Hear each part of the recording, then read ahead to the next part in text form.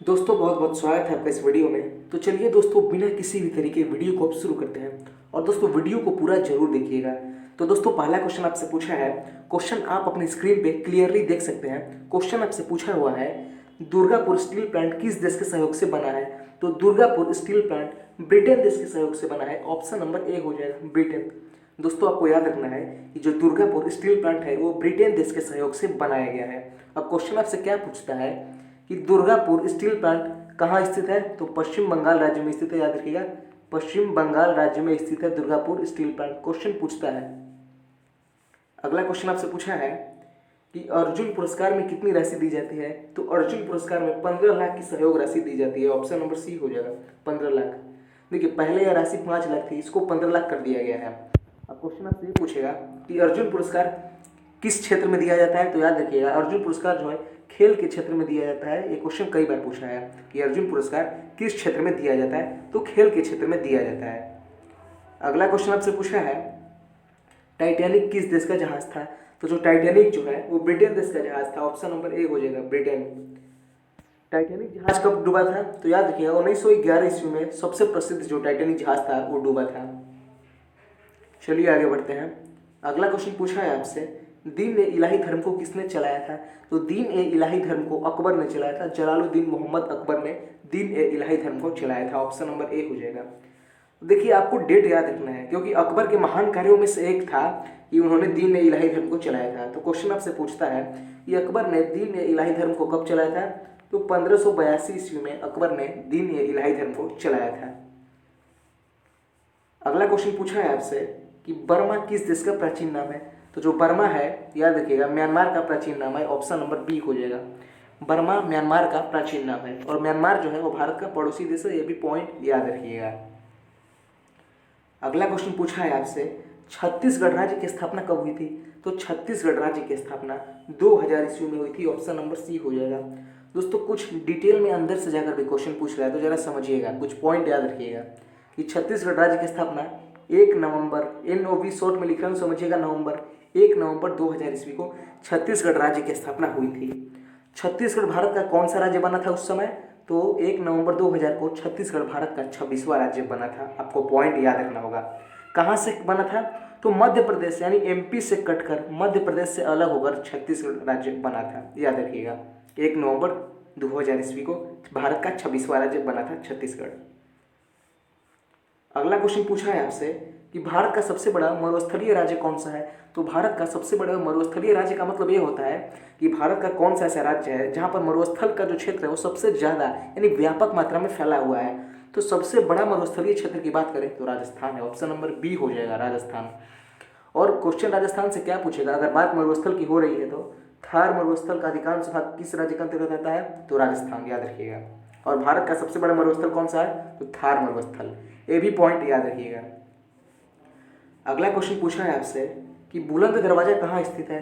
तो बुलंद जो दरवाजा है उत्तर प्रदेश राज्य में स्थित है। ऑप्शन नंबर डी हो जाएगा। देखिए आपको पूरा डिटेल में मैं बता रहा हूँ, समझिएगा। जगह का नाम अगर आपसे क्वेश्चन पूछता है कि बुलंद दरवाजा किस जगह पर स्थित है, तो यूपी में एक जगह पड़ता है फतेहपुर सीकरी, वहीं पर बुलंद दरवाजा स्थित है। अब पॉइंट याद रखिएगा, बुलंद दरवाजे को किसने बनवाया था। तो अकबर ने बनवाया था। बुलंद दरवाजा को अकबर ने बनवाया था, जो कि उत्तर प्रदेश राज्य में स्थित है। अगर जगह की बात करें तो फतेहपुर सीकरी में स्थित है। अगला क्वेश्चन पूछा है आपसे। देखिए अमेरिका से जनरली क्वेश्चंस कुछ ना कुछ करंट इवेंट्स में पूछ लिए जाते हैं। जैसे क्वेश्चन पूछा है आपसे, बराक ओबामा अमेरिका के राष्ट्रपति थे। यानी क्वेश्चन अगर आप ऑप्शन ध्यान से देखें तो आपसे पूछ रहा है कि बराक ओबामा अमेरिका के कौन से राष्ट्रपति थे। तो बराक ओबामा अमेरिका के 44वें राष्ट्रपति थे। ऑप्शन नंबर बी हो जाएगा, 44वें राष्ट्रपति थे, याद रखिएगा। और जानकारी के लिए आपको याद रखना है कि बराक ओबामा को 2009 ईस्वी में नोबेल पुरस्कार भी मिल चुका है। याद रखिएगा शांति के क्षेत्र में बराक ओबामा को 2009 ईस्वी में शांति के क्षेत्र में नोबेल पुरस्कार भी मिल चुका है। कौन सा पुरस्कार। तो दुनिया का सबसे बड़ा पुरस्कार नोबेल पुरस्कार भी इनको मिल चुका है शांति के क्षेत्र में 2009 ईस्वी में, ध्यान रखिएगा।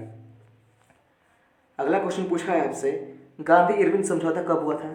तो गांधी इरविन समझौता 1931 ईस्वी में हुआ था। ऑप्शन नंबर सी हो जाएगा। अब जरा ऑप्शन पे ध्यान दीजिएगा। तो देखिए 1930 में क्या हुआ था। तो सविनय अवज्ञा आंदोलन हुआ था। 1932 में क्या हुआ था। तो 1932 में हुआ था मैं भूल रहा हूँ 1932 में महात्मा गांधी और भीमराव अम्बेडकर के बीच कुछ तो हुआ था। जी हाँ, पूना पैक्ट। 1932 की बात करें तो 1932 में पूना पैक्ट हुआ था। और 1929 की बात करें तो 1929 से क्वेश्चन ये पूछता है कि 1929 ईस्वी में कांग्रेस की अध्यक्षता किसने की थी। तो याद रखिएगा 1929 ईस्वी में कांग्रेस की अध्यक्षता किया था पंडित जवाहरलाल नेहरू ने, जो कि काफ़ी ज़्यादा ही इंपॉर्टेंट है। अगला क्वेश्चन पूछा है आपसे कि लाल बहादुर शास्त्री की मृत्यु कब हुई थी। तो लाल बहादुर शास्त्री की मृत्यु हुई थी 1966 ईस्वी में। ऑप्शन नंबर सी हो जाएगा 66। देखिए लाल बहादुर शास्त्री जब अपने प्रधानमंत्री थे, उस समय जब प्रधानमंत्री पद पर थे तभी इनकी मृत्यु हो गई थी। तो आपसे जगह का नाम पूछेगा। जगह इसलिए पूछता है, इसलिए इंपॉर्टेंट हो जाता है क्योंकि इनकी मृत्यु भारत से बाहर हुई थी। देखिए समझिएगा, लाल बहादुर शास्त्री की मृत्यु ताशकंद में हुई थी। ताशकंद में लाल बहादुर शास्त्री की मृत्यु हुई थी, याद रखिएगा। जब ये ताशकंद समझौता 1966 ईस्वी में गए थे संपन्न करने, वहीं पे इन्होंने ताशकंद समझौता में सिग्नेचर किया था। उसके बाद शाम को कुछ देर बाद उनकी मृत्यु हो गई थी, याद रखिएगा। तो मृत्यु कहाँ हुई थी? ताशकंद में। बात है 1966 की, और उस समय प्रधानमंत्री पद पर तैनात थे। अगला क्वेश्चन पूछा है आपसे कि सियाचिन ग्लेशियर कहाँ स्थित है। तो देखिए सियाचिन ग्लेशियर लद्दाख में स्थित है। ऑप्शन नंबर सी हो जाएगा। कश्मीर और लद्दाख दोनों में लोगों को डाउट रहता है, लेकिन आपको पता है कि कश्मीर और लद्दाख अलग अलग हो चुका है। लद्दाख के पास 2 जिले हैं, कश्मीर के पास 20 जिले हैं। याद रखिएगा पॉइंट, लद्दाख के पास अपने 2 जिले हैं और कश्मीर के पास 20 जिले हैं। अब ये दोनों जो है यूटी यानी केंद्र शासित प्रदेश हो गया है। तो आप देख लीजिएगा, मुझे कन्फ्यूजन है, लेकिन मुझे जहाँ तक कन्फर्म है कि सियाचिन ग्लेशियर जो है लद्दाख में अब आएगा। ऑप्शन नंबर सी होगा। अगला क्वेश्चन पूछा है आपसे कि आधुनिक, एक सेकंड गाइज, यहाँ पे क्वेश्चन पूछा है आपसे कि आधुनिक हिंदी का जनक किसे कहा जाता है। तो आधुनिक हिंदी का जनक जो है भारतेंदु हरिश्चंद्र को कहा जाता है। ऑप्शन नंबर बी हो जाएगा।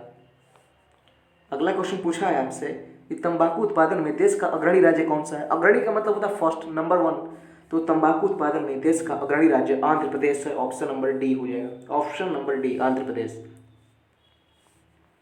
अगला क्वेश्चन पूछा है आपसे कि नोबेल पुरस्कार की शुरुआत कब हुई थी। तो नोबेल पुरस्कार की शुरुआत, दुनिया का सबसे बड़ा पुरस्कार है नोबेल पुरस्कार, जिसकी शुरुआत 1901 ईस्वी से हुई थी। 1901 ईस्वी से। किस देश द्वारा नोबेल पुरस्कार दिया जाता है। तो स्वीडन देश द्वारा नोबेल पुरस्कार दिया जाता है। 5 क्षेत्रों में स्वीडन द्वारा दिया जाता है और नॉर्वे द्वारा 1 क्षेत्र में दिया जाता है। तो कुल मिलाकर 6 क्षेत्रों में नोबेल पुरस्कार दिया जाता है। स्वीडन देश द्वारा 5 क्षेत्रों में और नॉर्वे द्वारा 1 क्षेत्रों में। शांति का नोबेल पुरस्कार नॉर्वे देता है और बाकी सारे क्षेत्र के नोबेल पुरस्कार स्वीडन देश देता है, ध्यान रखिएगा। अगला क्वेश्चन पूछा है आपसे कि मुगल साम्राज्य की राजभाषा क्या थी, यानी राजकीय भाषा क्या थी। तो देखिए मुगल साम्राज्य की है, यहाँ पे नहीं होगा, थी होगा, समझिएगा। तो मुगल साम्राज्य की राजकीय भाषा जो है वो फारसी थी। बहुत से लोग इसका आंसर अरबी टिक करते हैं या फिर उर्दू टिक करते हैं, जो कि बिल्कुल गलत है। और मैक्सिमम ऑफ स्टूडेंट्स जो हैं 92% लोगों ने इसका आंसर गलत दिया है, अरबी। याद रखिएगा कि मुगल साम्राज्य की राजकीय भाषा फारसी थी। ऑप्शन नंबर बी हो जाएगा। और सल्तनत काल की भी राजकीय जो भाषा है, जो राजकीय भाषा है वो फारसी ही थी, ये भी ध्यान रखिएगा। अगला क्वेश्चन पूछा है कि नेत्रदान में क्या दान किया जाता है। देखिए जब आप आंखों का दान करते हैं, नेत्रदान, तो उसमें क्या मेनली क्या दान किया जाता है। तो आपका कॉर्निया का दान होता है केवल। जब आप नेत्रदान करते हैं तो केवल आप अपना कॉर्निया ही देते हैं। ऑप्शन नंबर ए हो जाएगा। अगला क्वेश्चन पूछा है भविष्य का ईंधन किसे कहा जाता है। तो भविष्य का ईंधन हाइड्रोजन को कहा जाता है। ऑप्शन नंबर डी हो जाएगा, हाइड्रोजन। अगला क्वेश्चन पूछा है आपसे कि इनमें से कौन सा विटामिन जल में विलेय है। विलेय का मतलब घुलने, जो जल में आसानी से घुल जाए। तो देखिए विटामिन ए जल में नहीं घुलता है, डी भी नहीं घुलता है और के भी नहीं घुलता है। तो इनमें से तो बी है, ऑप्शन नंबर बी हो जाएगा। लेकिन याद रखिएगा विटामिन के इतिहास में विटामिन बी और विटामिन सी 2 ही ऐसे विटामिन हैं जो कि जल में विलेय हैं, यानी जल में घुल रहे हैं, जो कि जल में आसानी से घुल जाते हैं। कौन कौन विटामिन? विटामिन बी और विटामिन सी, केवल 2 ही ऐसे विटामिन हैं जो जल में घुलते हैं। तो आपको दोनों का नाम याद रखना होगा। अगला क्वेश्चन पूछता है आपसे कि पायरिया रोग किस अंग को प्रभावित करता है। तो देखिए जनरली जो पायरिया है वो दांतों में होता है, तो प्रभावित किसको करेगा? तो मसूड़ों को करेगा। ऑब्वियस सी बात है, पायरिया रोग जो है मसूड़ों को प्रभावित करता है। अगला क्वेश्चन पूछा है कि लाल चींटियों में कौन सा अम्ल पाया जाता है। तो देखिए लाल चींटियों में, जहाँ चींटियाँ आ गई, यानी जहाँ आंट की बात हो गई, जहाँ चींटियों की बात हो गई, तुरंत लगा देना है फार्मिक एसिड, बिना सोचे समझे फार्मिक एसिड लाल चींटियों में। या फिर क्वेश्चन ऐसे पूछे कि चींटियों के डंक में कौन सा अम्ल पाया जाता है, तो फार्मिक अम्ल। और दोस्तों ग्रुप डी का लेवल यही है, बहुत ज़्यादा टफ क्वेश्चंस नहीं पूछेंगे। हाँ बेसिक पूछेंगे जो कि आपने पढ़े हैं जनरली 6 से 12th में, वही क्वेश्चन पूछेंगे। या कुछ करंट इवेंट से भी क्वेश्चन होगा, ऐसी बात नहीं है कि करंट से क्वेश्चन ना होगा। 2011 की जनगणना के अनुसार विश्व की जनसंख्या कितनी है? देखिए कितना इजी क्वेश्चन है, क्योंकि 2021 में जनगणना हुई नहीं है, तो जो भी क्वेश्चन पूछेगा 2011 के बेस पे पूछेगा। तो 2011 की जनगणना के अनुसार विश्व की आबादी 7 अरब मानी जाती है अनुमानित, तो ऑप्शन नंबर सी हो जाएगा। और आज का लास्ट क्वेश्चन पूछा है आपसे कि भारत का फिल्म प्रशिक्षण संस्थान कहाँ स्थित है? तो भारत का फिल्म प्रशिक्षण संस्थान मुंबई में स्थित नहीं है। फिल्मों की बात आती है, बॉलीवुड की बात आती है तो लोग मुंबई टिक करते हैं, लेकिन क्वेश्चन ध्यान से पढ़िए। फिल्म प्रशिक्षण संस्थान तो पुणे में स्थित है। प्रशिक्षण का मतलब होता है जहाँ पर टीचिंग दिया जाता है फिल्म का, तो फिल्म प्रशिक्षण संस्थान जो है पुणे में स्थित है, ऑप्शन नंबर ए हो जाएगा, पुणे। तो दोस्तों आज का लास्ट क्वेश्चन था। आई होप वीडियो आपको काफ़ी बेहतर लगा होगा।